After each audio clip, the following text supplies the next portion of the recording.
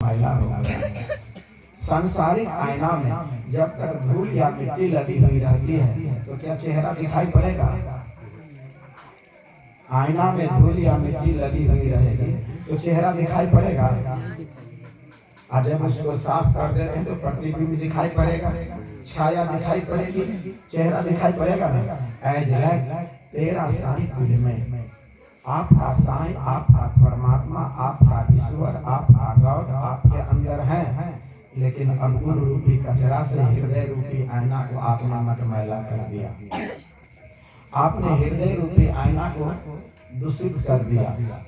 नहीं, इसलिए है आपके अंदर, लेकिन आपने उसको कचरा से भर दिया तो दिखाई पड़ेगा। आपने कभी विचार किया? इसलिए जो आदमी अपना बेटा बेटी को मछली मांस दारू पिला रहा है तो वो माता पिता सोचे कि हम किधर जा रहे हैं और मेरा परिवार किधर जा रहा है। इसलिए मेमोरी को रिचार्ज कर लो। कभी भी अपना बेटा बेटी को नालायक बनाता है तो उसका जिम्मेदारी कौन है? बोलो, माता पिता। माता पिता घर का अभिभावक टाइट होना चाहिए। घर का पदाधिकारी जितना टाइट होता है उसका जनरेशन, उसकी पीढ़ी, उनके बाल बच्चे, इर्द गिर्द में रहने वाले उतना स्वच्छ, उसका वातावरण उतना अच्छा होगा ना। इसलिए घर का माता पिता कैसा होना चाहिए? ढीला, टाइट होना चाहिए। पदाधिकारी जब टाइट होता है तो उसके अंदर रहने वाले, काम करने वाले सभी लोग सतर्क रहता है, तैयार रहता है, अप टू डेट रहता है, काम करने रहता है ना। इसलिए माता पिता घर की व्यवस्था बनाने में सबसे पहले अपने आप को देखे कि हम कितने पानी में हैं।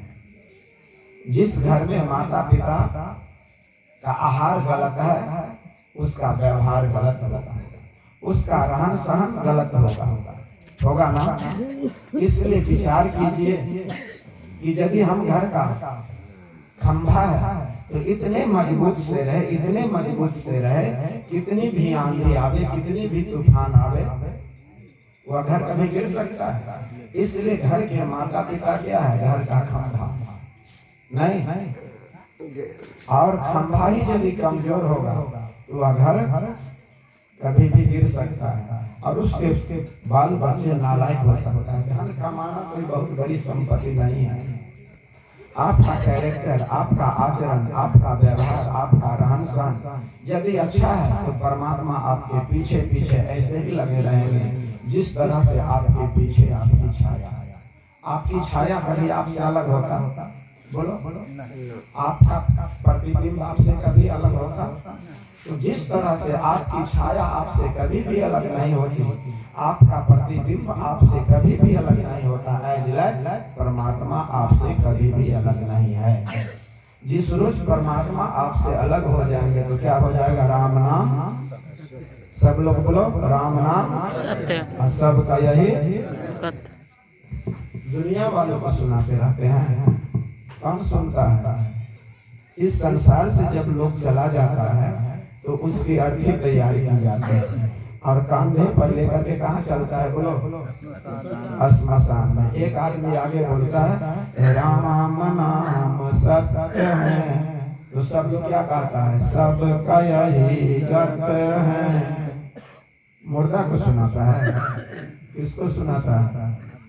ये दुनिया वालों को सुनाता है कि दुनिया वाले कान खोल करके सुन ले, एक दिन तुम्हारी भी अर्थी इस कांधे पर होगी। नहीं, जिंदा में माँ बाप को सेवा नहीं करेगा, अत्तर का तेल गद्दर में नहीं लगाएगा, और मरने के बाद अत्तर का तेल गद्दर में लगाता है। क्यों लगाता है सो जानते हैं? आप लोग जानते हैं? लोगों को दिखाने के लिए। जिंदा में माँ बाप को पानी समय से नहीं देगा, भोजन नहीं देगा, अब मरने के बाद छाती पीटेगा। क्यों छाती पीटता है? जानते हैं कि माँ बाप को हमने सेवा नहीं किया, आंसू बहा रहा है। भक्तों, रिचार्ज कर लो अपने मेमोरी को। मरने के बाद तेल इसलिए लगाता है कि लकड़ी कम जले। नहीं, जिंदा में माँ बाप को सेवा नहीं करेगा, और मरने के बाद अत्तर का तेल गत्तर में लगाता है ताकि लकड़ी कम जले, है ना। लोग मुट्ठा का मुट्ठा अगरबत्ती देखते हैं वहां रखा रहता है, जिंदा में कभी आरती नहीं करेगा, नहीं। ओरिजिनल माँ बाप को क्या कहता है? बुढ़वा बुढ़िया। और ससुर महाराज को क्या कहता है? बोलो मम्मी पापा। सही बात है कि नहीं? अपना माँ बाप को क्या कहता है? बुढ़वा बुढ़िया। और ससुर महाराज को मम्मी। जोर से बोलो। ओरिजिनल को बुढ़वा बुढ़िया, डुप्लीकेट को मम्मी पापा। नहीं। यदि आप अपने माता पिता को, ओरिजिनल माता पिता को बुढ़वा बुढ़िया कहते हैं, तो आपका बेटा, आपकी बेटी, आपका संस्कार, आपकी शिक्षा, आपका रहन सहन, आपकी बोली वाणी को क्या कर रहा है? अपने जीवन में उतार रहा है। आपको भी एक दिन बुढ़वा बुढ़िया रख देगा। इसलिए घर की पत्नी को कभी नौकरानी मत समझना। जो आदमी अपने घर की पत्नी को नौकरानी समझता है तो विचार करो कि तुम किधर जा रहे हो। जिस घर में पत्नी को सम्मान मिलता है, माता पिता का सम्मान और आदर मिलता है, पत्नी 3 रोल अदा करती है। बोल दो कि छोड़ दो?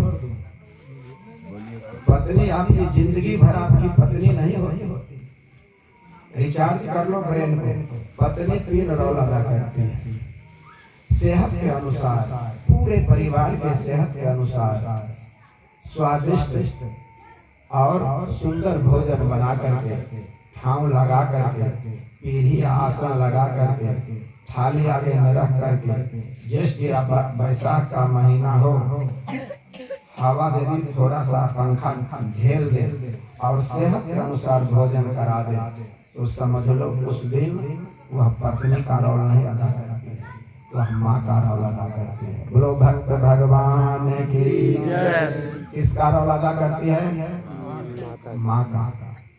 और जिस दिन आप अस्वस्थ हो जाते हैं, बीमार पड़ जाते हैं, रोग लग जाता है, किसी कारणवश थकावट रहता है, किसी कारणवश आपके शरीर में दर्द होता है, तो वह आपके शरीर को सेवा करती है, हाथ से थोड़ा सेवा कर देती है, आपको आराम मिलता है। मात्र उस समय वह दासी का काम करती है। सब लोग बोलो। किसका काम करती है? दासी, अर्थात नौकरानी का काम करती है। नहीं।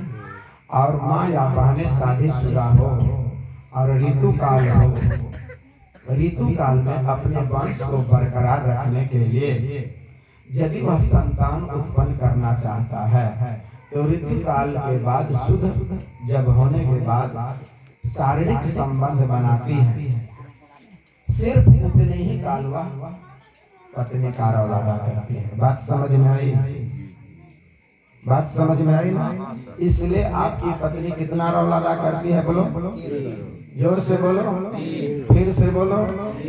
पीछे के आदमी जो आवाज नहीं लगा रहा है, बोलो भक्त भगवान की जय। आपकी पत्नी आपके लिए क्या है? बोलो। उसके नाम के पीछे क्या जुड़ा हुआ है? कोई आदमी बोलो। देवी। पत्नी के नाम के पीछे क्या लगा हुआ है? देवी।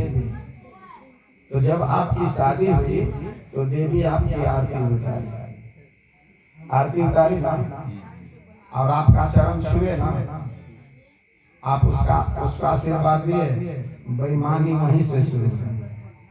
आप उसकी आरती उतारे, हाथ उठाइए, तो पत्नी के आप लोग आरती उतारे करें, एक को आदमी हाथ उठाइए और उसका चरण छुए, तो कहा नहीं घर में झंझट होगा। टेना में नहीं इसीलिए होता है, पति पत्नी में हमेशा देखते हैं नोक जोग हुआ।